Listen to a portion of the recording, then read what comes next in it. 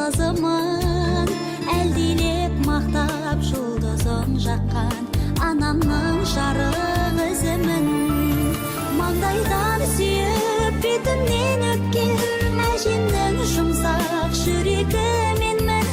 Жаныма нұрлы шуағын төккен, атамның асыл тілегі менмін. Дауыл мен желден қорған болатын, ағамның нәзік ақ гүлі менмін.